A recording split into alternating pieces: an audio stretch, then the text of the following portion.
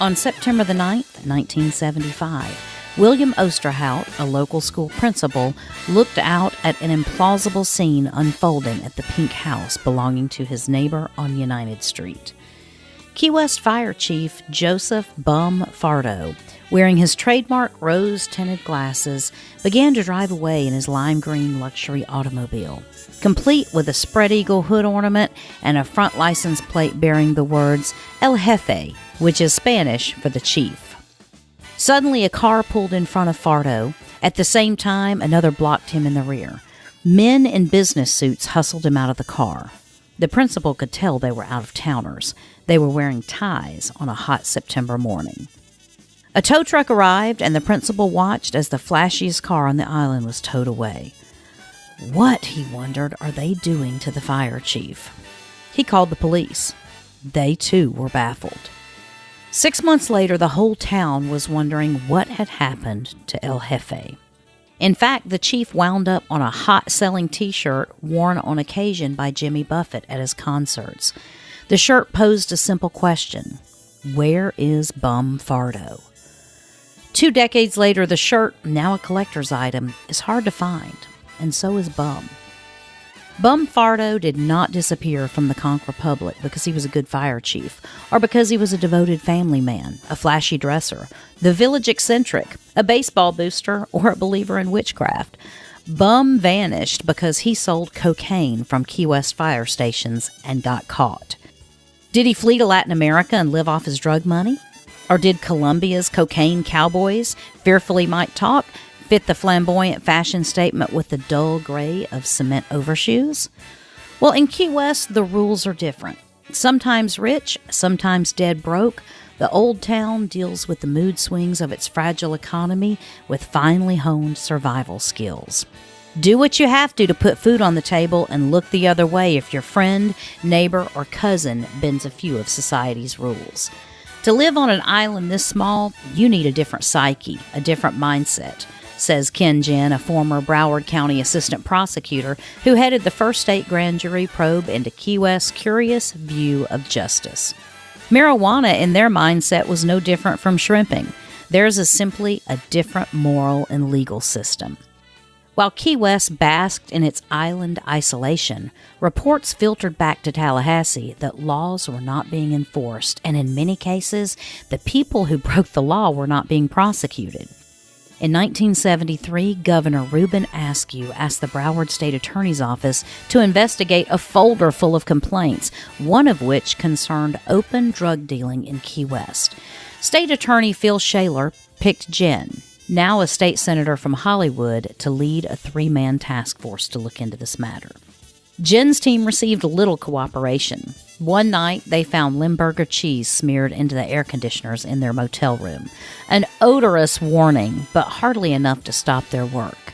What they did find would lead to a 6-month investigation by the Florida Department of Criminal Law Enforcement, the U.S. Drug Enforcement Administration, and the Dade County Organized Crime Bureau. Operation Conch resulted in a fistful of grand jury indictments and a roundup on September 9, 1975, of 19 alleged Key West drug dealers. Joseph Farto was born in Key West on July 3, 1919, the son of Juan Farto, a Spanish immigrant who owned and operated the Victoria restaurant at the southeast corner of Green and Duval Streets. Juan specialized in the best yellowtail in town until 1937. That year, he sold the building to Josie Russell, who converted it into a saloon that became the world-famous Sloppy Joe's. Joe Farto grew up in a wood frame house across the street from Key West's fire station. He idolized the firemen, who gave him the affectionate nickname Bum. Farto's first job was with the Lopez Funeral Home. By the time he was 22, he was also working as a nozzleman with the Key West Fire Department. In 1964, he was named chief. 2 years later, Farto ran into trouble for alleged irregularities, including the use of department funds.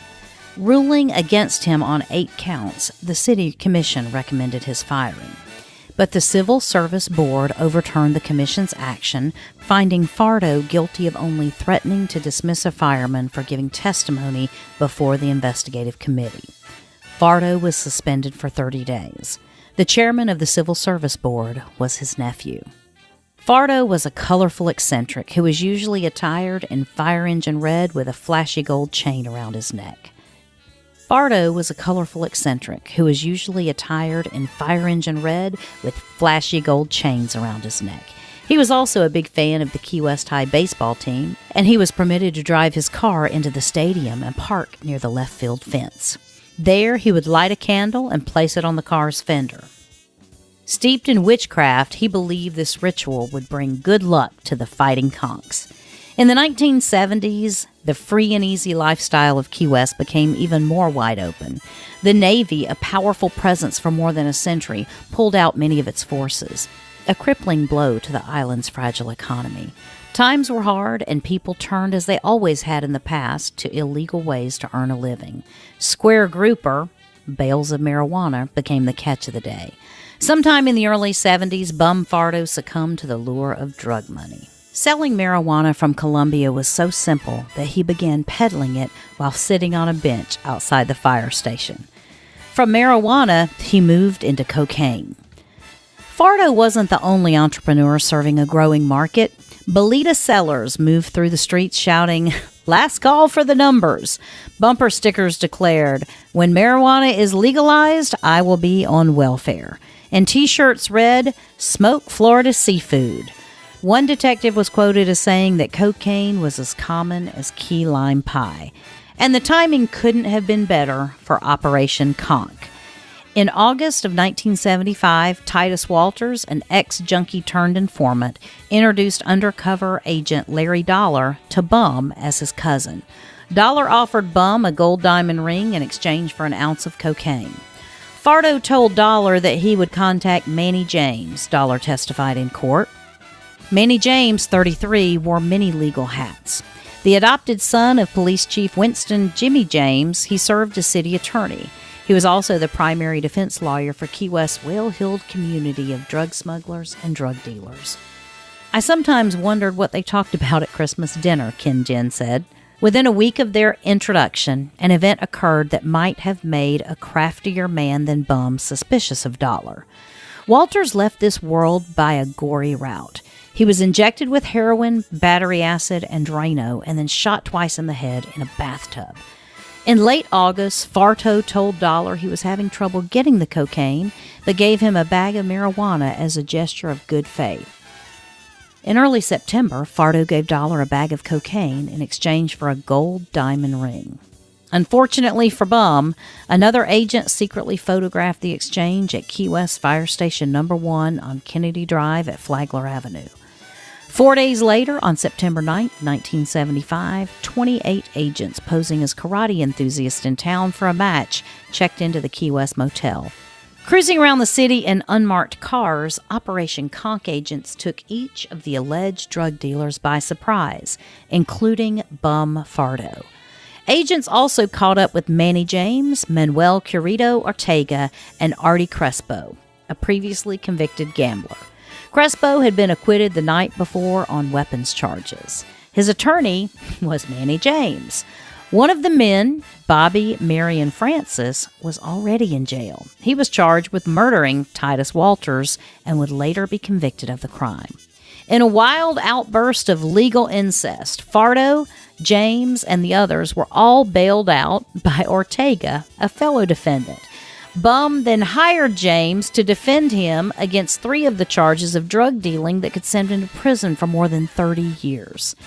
Farto's trial was set for February, but the morning of the trial, he wound up instead in Key West DePue Hospital. In court, Dr. Raymond Pino told the judge he had diagnosed Farto with bleeding ulcers, possibly triggered by his emotional state. A few days later, Farto, nervous and twitching, faced the charges. Dade County Prosecutor Edwin Carhart's principal witness was Larry Dollar. When Dollar said Farto had remarked he would contact Manny James, Bum's attorney called for a mistrial, claiming that the mention of James's name might prejudice the defense. The judge denied the motion, and James called no witnesses for the defense. The Key West jury took just 30 minutes to convict Farto on 1 count of selling marijuana and 2 counts of selling cocaine. The judge set sentencing for a day in early April. 3 days later, Bum Farto, free on bond, told his wife Esther he had to go to Miami to meet a friend. He took no luggage and said he would be back that day. No longer authorized to drive a fire department vehicle, he rented a Pontiac Le Mans from Hargis Chevron on Truman Avenue and drove away. 3 weeks went by before Miss Farto called the Monroe County Sheriff's Office on March 4th. She hadn't seen her husband since the day he left to rent the car, she reported. Police searched parking lots at Miami International Airport, but they found no trace of the car. Meanwhile, Hargis Chevron filed a stolen car complaint against Farto. The car, a company spokesman said, had been due back the day it was rented. On March 22nd, Farto's rental car was found on Cayo Ocho in Miami's Little Havana. 2 days later, white Bum Farto t-shirts with bright red lettering began appearing in Key West. Farto's date for sentencing was set for April 5th. 2 days later, the Key West Citizen had polled 10 Key Westers to ask if they thought he would show up in court. 2 thought he would appear. 6 believed he had fled to either South America or Spain. And 2 believed he had met with foul play to keep him from squealing. I think a contract was put out on him and he was lured to Miami on some pretense or other and killed, said one of Farto's fellow firemen. On sentencing day, Judge William Lamar asked if Farto was in the courtroom. Hearing no answer, he declared Bum's $25,000 bail forfeited and swore out a bench warrant for his arrest. The FBI failed to find him. Rumors that he had been seen in Costa Rica proved groundless. Time dragged on, and his wife, unable to collect on his insurance or his pension, went on welfare. One report tied Farto's disappearance to the mafia in Tampa. Other sources believed he was a victim of Colombian drug lords. Farto's attorney and fellow defendant Manny James was acquitted on all charges. He left Key West and lived in grand style for several years in the Bahamas. Then in the early 1980s, James was convicted in the Florida Panhandle on a single count of drug conspiracy. Disbarred, he now lives on Big Pine Key and occasionally works in South Florida as a paralegal. In a rare newspaper interview in 1995, James dodged the inevitable Farto question. Bum was my very, very good friend. We were inseparable. Against my advice as his attorney, he refused to take the stand at his trial. I admit he had some very close friends in Tampa with a lot of crooked noses. It was the saints that told him not to take the stand. You know, the Cuban saints. He was Santeria. He told me they had spoken to him. Where is Bum Farto? The t-shirt asked. Maybe only El Jefe can answer that question, if he's still alive. And it was today, March 4th, 1976, that suspended fire chief Joseph Bum Farto, convicted in February on drug charges, was reported missing by his wife. He had left town in a rental car that was found in Miami, but no trace was ever found of Farto. His disappearance led to the all-time best-selling Key West t-shirt that read, "Where is Bum Farto?" And that's what happened today in Key West history. Today in Key West history is brought to you by 43 Keys Media. You can find out more about our glorious past and what's going on right now in Key West by visiting 43keys.com. You can also find this program as well as others as an Alexa Flash Briefing. You can find us on YouTube, and you can find us anywhere you listen to podcasts. So wherever you're listening, subscribe and give us a thumbs up and never miss an episode. And then we'll see you over at 43keys.com.